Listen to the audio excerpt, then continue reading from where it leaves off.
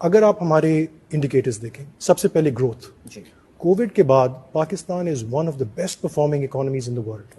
ہمارا جو کووڈ کا شاک تھا، ہماری اکانومی 1% سے نیچے آئی، باقی دنیا میں 5%، 10%، 15%. It was an amazing shock for the rest of the world. ہم نے بڑا اچھی طرح اس کو ہینڈل کیا، ہیلتھ سائڈ پہ بھی، اکنامک سائڈ پہ بھی.